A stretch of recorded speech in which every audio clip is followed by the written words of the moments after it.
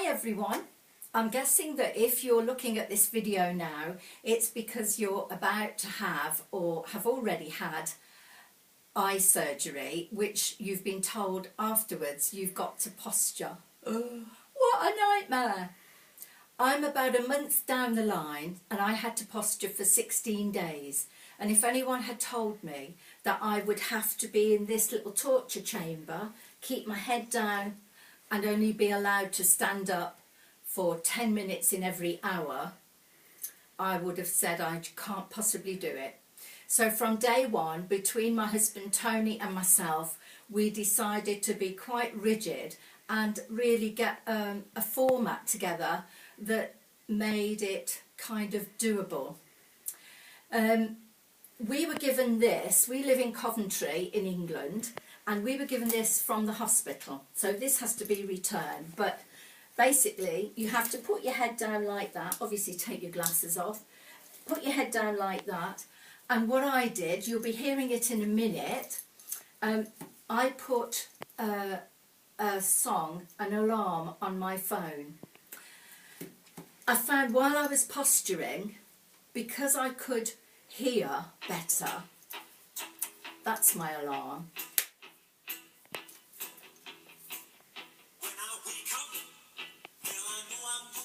So that's the Proclaimers, 500 miles. So every time that went off, I might have a room full of friends visiting, but I had to get up, walk into the dining room, and for me, what worked for me, because I was frightened of putting weight on, I was frightened of DVTs apparently you can get by sitting in this position for 12 hours a day. So when that went off, I'd get up, walk round, sometimes friends would join me and we'd walk round to the Proclaimers song, spend a penny, clean my teeth, maybe have a little snack, and then I'd come and sit down when that went off again 10 minutes later. So it took a little while to set it all up, but it was the best thing I did, because different friends gave me kitchen buzzers that I could set for an hour, but because I could hear so well with my head down here, made my hearing more acute, the buzzers absolutely drove me crazy. It was too loud. So that would be the best tip. And now I'm weeks down the line, 4 weeks or just over, I'm still having to, for 6 weeks, I've got to put eye drops in. So we're still using this same system because I just wouldn't know. When I was in here as well, I lost track of the days, I certainly lost track of the time.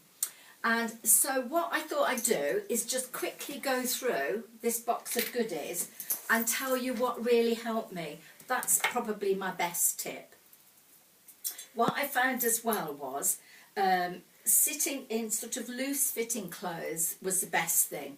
Didn't wear a bra, so had a tight fitting vest on, because you don't want anything that's too tight when you're in that situation.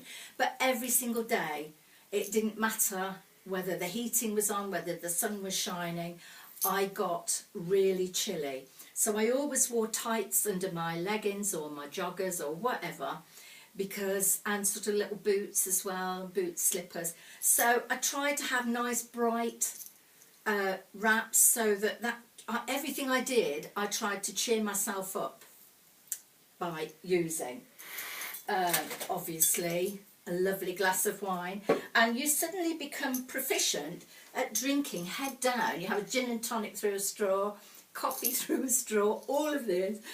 You get very proficient at eating and drinking there.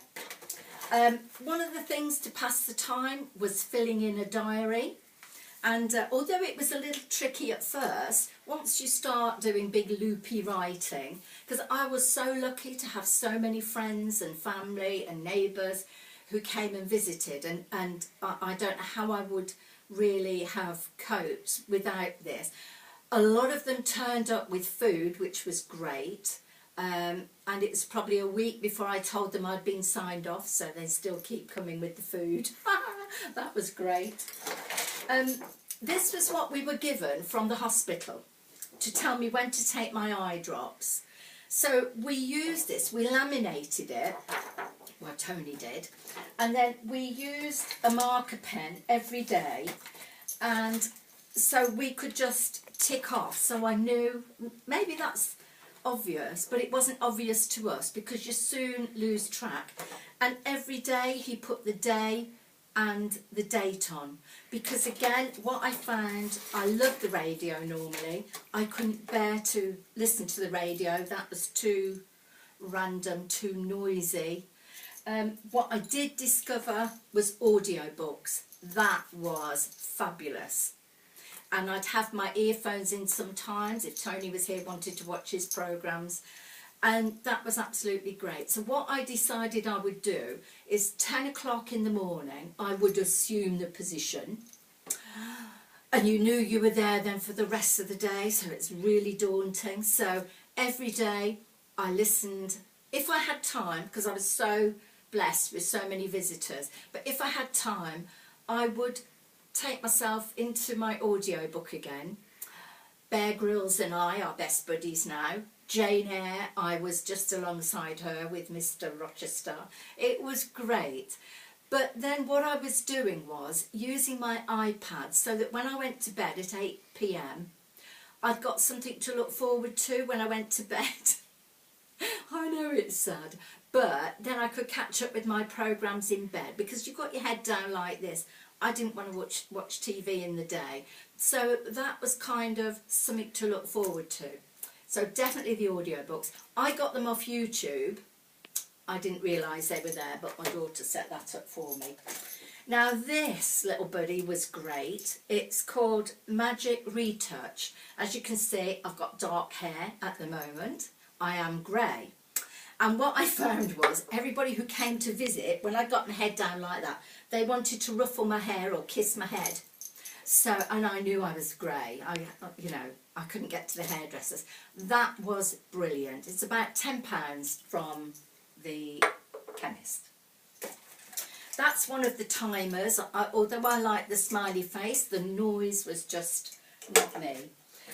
This little basket we put on a stool under this coffee table, so that without having to ask anybody, if nobody was in the room, I could get my hand cream out, my painkillers, because some days I really needed extra help with that.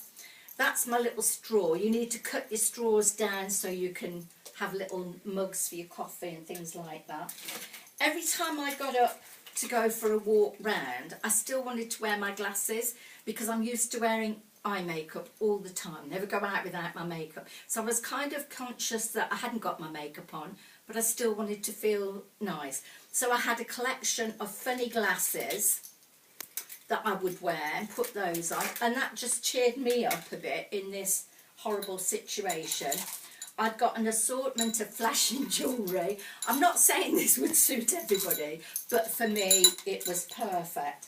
Something else that was good when you're sitting like this, I just wanted to do a little bit of exercise, and normally I'm very active, so couldn't drive, couldn't take the dog out for walks or anything like that. So I wanted to try and just remind myself that my body was still here. That's my little goodies of sweets. This was invaluable for me, and that's a magnifying glass. And so, you know, even now I'm struggling a bit. I can't really see what's happening at the moment. You've been told about the gas bubble. I have to wear this as well. I don't know whether that happens everywhere, but this, if I was taken into hospital with an accident or whatever, that little buddy there tells people what's going on in my eye. It tells me that I can't fly, which is a shame.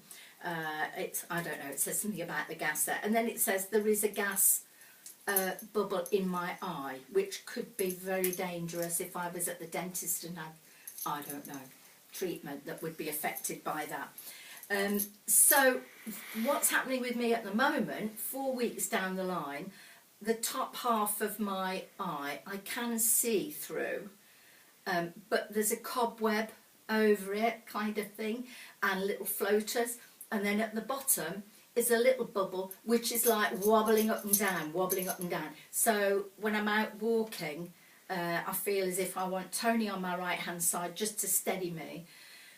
And I found as well, once my 16 days of posturing was up, I thought I was going to have another 2 weeks. I don't know how I would have coped with that. But the strange thing that happened at the end of the 16 days, I really didn't want to leave this little buddy here. This had become my friend. I felt quite secure and quite safe in here, which was strange. But I guess while I got my head down looking at the floor, I didn't have to worry about anything. Everybody else did the food, did the dog walking, which I really missed. I didn't have to think about anything. But it was strange. I thought I would be up, I would be out, I would be feeling 100%. But to be perfectly honest, it was very much not like that. I felt kind of an anticlimax in a way, because I wanted to get up out of this and just get back to my old life. I didn't want to be like I am now, which is limbo land. I can't drive, I can't walk on my own very well, I can't play golf, I can't do my keep fit, all those things. I thought when this finished I'd be fine, but no, it's not going to happen yet, and it's another 2 weeks when I go to the hospital. I'm hoping then I'll get the all clear, and I might make another video and tell you how I've got on then. I think that's more or less everything in here, but as I say, the things that I would say really helped me, we put the front door key in so that friends could just come and go as they pleased. I guess if you live on your own, you wouldn't want to be burgled while you were posturing, so you need to know your friends.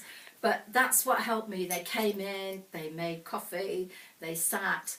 It was amazing. It was so great. And I guess I only had one day to know that I was going to have to do this, so I didn't have any time to put any plan in order.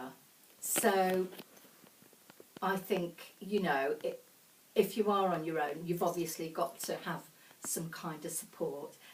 I've been really lucky. And I think that's the end of it. So a nice glass of red awaits. Good luck. I hope you all do well.